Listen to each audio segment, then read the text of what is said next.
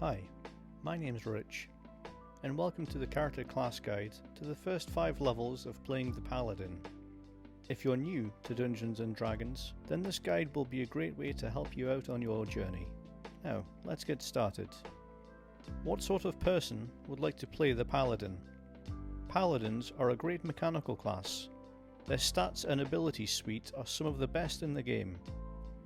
The Paladin's weakness can be its limitation in roleplay. Generally speaking, a Paladin has oaths to follow, and unlike previous editions of Dungeons & Dragons, they aren't locked into the lawful good archetype. Starting out, if you were to pick lawful good, it really does help get you into the spirit of the Paladin, but it isn't a requirement. For beginners, it can be a little bit confusing to play the class because there are so many mechanical options to choose from. In this video, we can go through some of the steps to setting up a Paladin together. Because the Paladin is for a more advanced player, I will have to make this video a little bit longer than usual, so get comfy, grab a snack, and get settled in. Now, which races are suited towards the Paladin class in the player's handbook?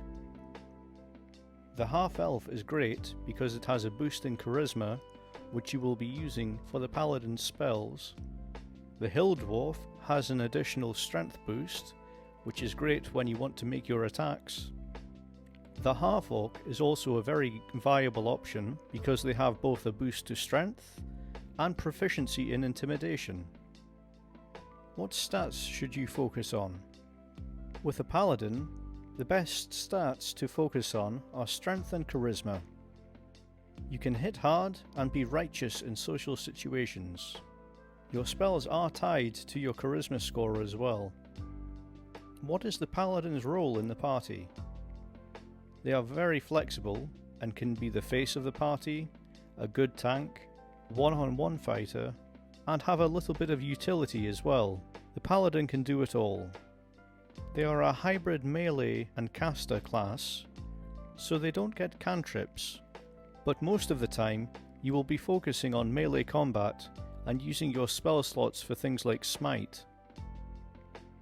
As this channel is just starting out, I would appreciate it if you gave me a like on the video, left a comment if you have any questions about how to play the class, and don't forget to subscribe so you can stay informed with all of my latest videos and have the basic guides ready to go when you need to start a new game.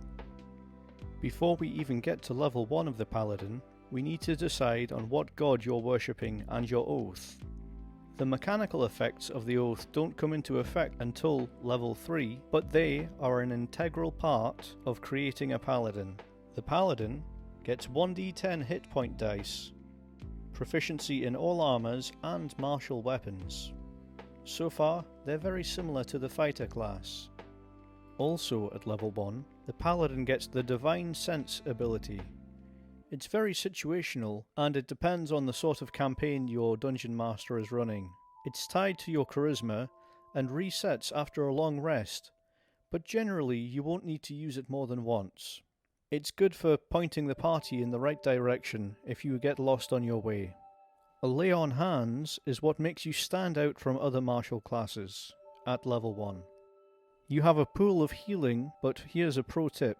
You can give a downed person 1 hit point back and get them into the battle. This makes sure you don't waste your Lay on Hands and have it always available. At level 2, this is where things start to get a little bit more complicated. You have a lot of options opening up for you. Spells are available, you can choose a fighting style, and you get the Paladin's signature ability, Divine Smite. The fighting style helps you define what you want to make as a character. Similar to the fighter, you get a choice of 4 different options. You can go defense, which helps you to protect yourself and tank a hit, giving you additional armor class. Dueling, giving you +2 to damage rolls with one hand. This is great as it lets you use the shield as well. Great weapon fighting. This lets you use a 2-handed weapon and reroll any damage die that lands on a 1 or a 2. You know what they say, the best defense is a good offense. And finally, protection. If you're using a shield, you can protect others by giving disadvantage to the attack roll against the target within 5 feet of your character. As a paladin, you're a hybrid class, supplementing your melee combat and toughness with a small amount of spells. You don't have the cantrips a full spellcaster class would have, but you'll be too busy getting into the thick of it and dishing out combat damage, so don't worry about it. Spellcasting can get tricky for even the most experienced player. I'll try to explain it in a simple and clear way, with a metaphor. Imagine your spell slots are a bowl. Your spell options are the types of cereal you can choose from. At level 2, you can only eat 2 bowls of cereal every long rest. When they're used up, they won't come back until the next morning. Now, each morning you get to choose what types of cereal you want today. The amount of different types are determined by your charisma modifier, plus half of your paladin level. Basically, how many flavors of cereal you can get in any given day. For example, say your paladin has a charisma of 14 at level 2. Then you can choose 3 spells, plus 2 from your charisma and half of 2 from your level. So 2 plus 1 equals 3. When you get to higher level spell slots, think of them as bigger bowls. If you have any more questions about spellcasting, then don't be afraid to ask in the comments, and I will try to answer every question. If you're trying to figure out your spell save DC, then don't worry. All you need to do is use this simple formula. 8 plus your proficiency bonus plus your charisma modifier. For levels 1 through 4, your proficiency bonus is plus 2, and when you hit level 5, it will be plus 3. So, for a charisma 14 paladin at level 1, you would have a spell save DC of 12. 8 plus 2 plus 2. Your spell attack modifier is calculated pretty similarly. It's your proficiency bonus plus your charisma modifier. When it comes to choosing your spells, for a beginner, some of the best spells in my opinion are Bless, because that helps buff your party, Compelled Duel, to help keep the damage away from your squishy party members and keep the damage coming towards you, Shield of Faith, giving anyone a straight up plus 2 to their armor class, Wrathful Smite, giving you 1d6 psychic damage and possibly scaring the enemy away for up to 1 minute.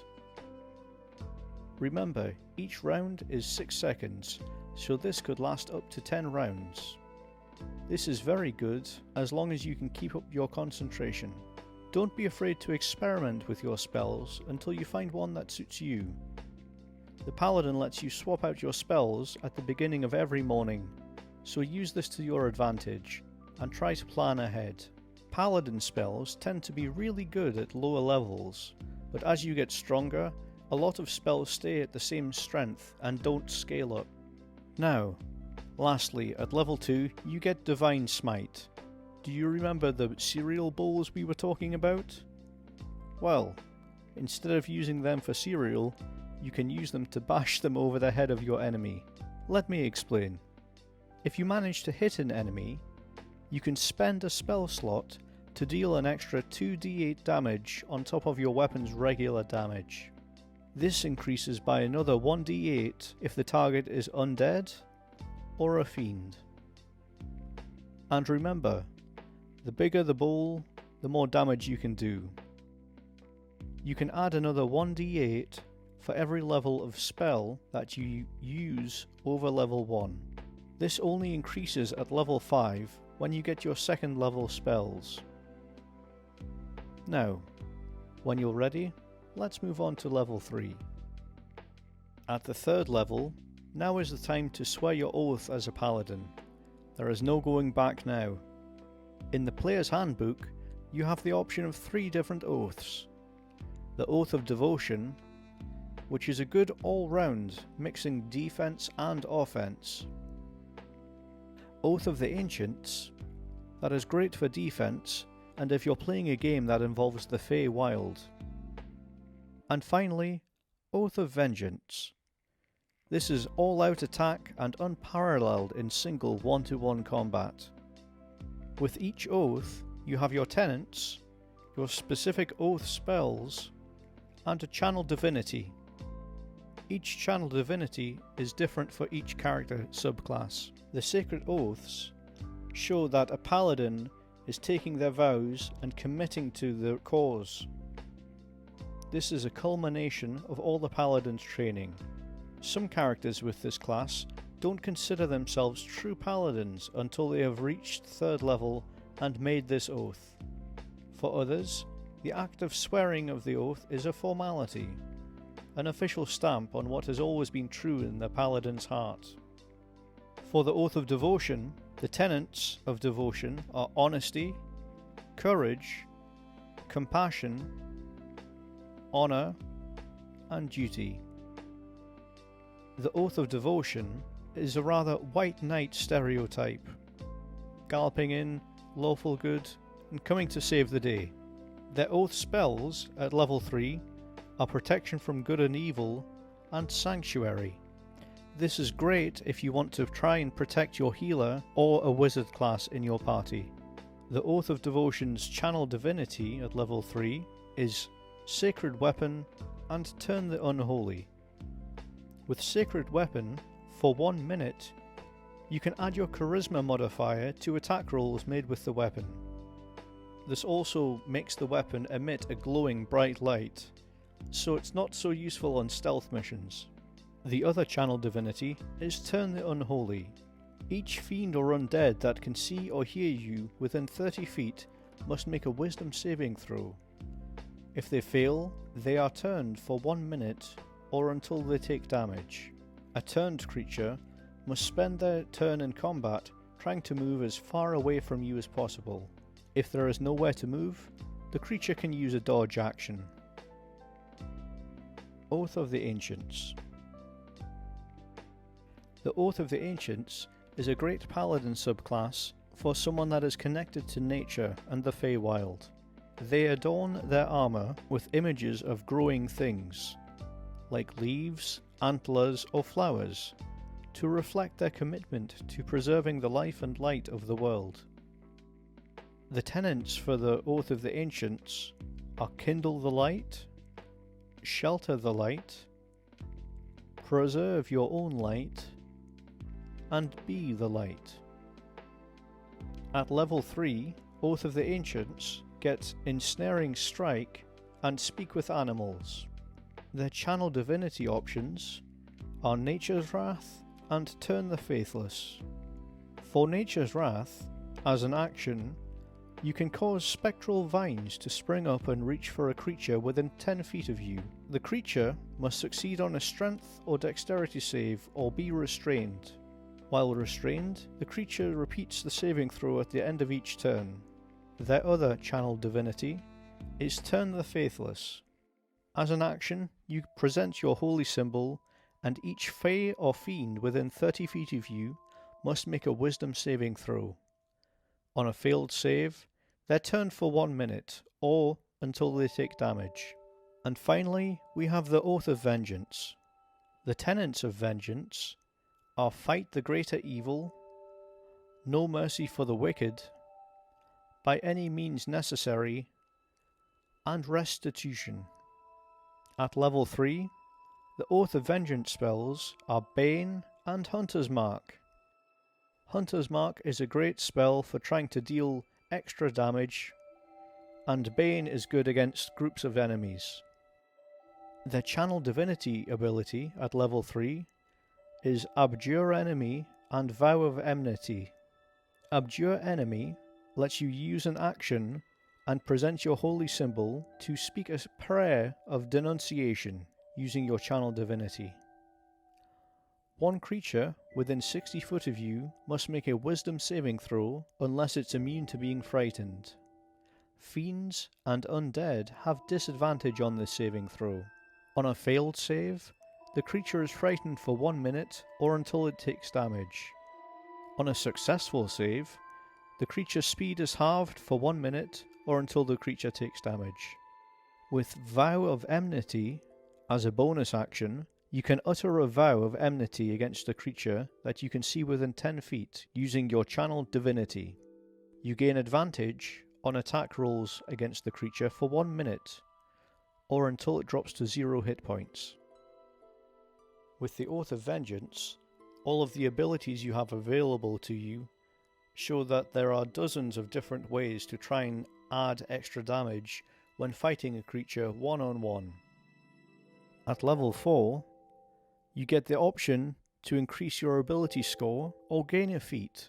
My recommendations for the Paladin are the Mobile feat, Shield Master, if you want to help defend your other teammates, Mage Slayer, and Charger, which is a good feat to get creatures outside of melee range. At level 5, you gain an extra attack, letting you strike twice every time you use the attack action on your turn.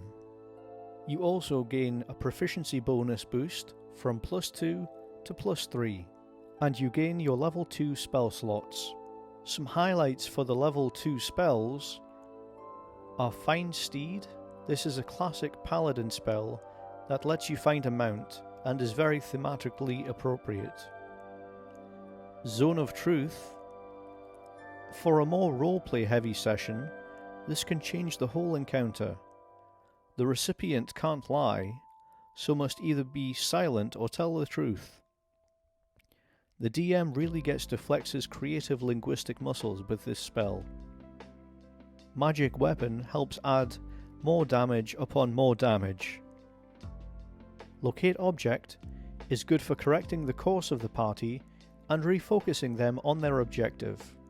It has quite a good range as well. Well, that's us covered the Paladin from level 1 to level 5.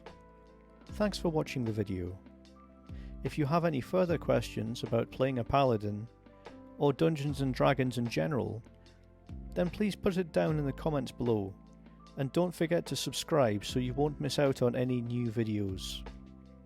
If you're curious about what to do with your Paladin after level 5, then check back for the advanced videos that will be posted at a later date on this channel.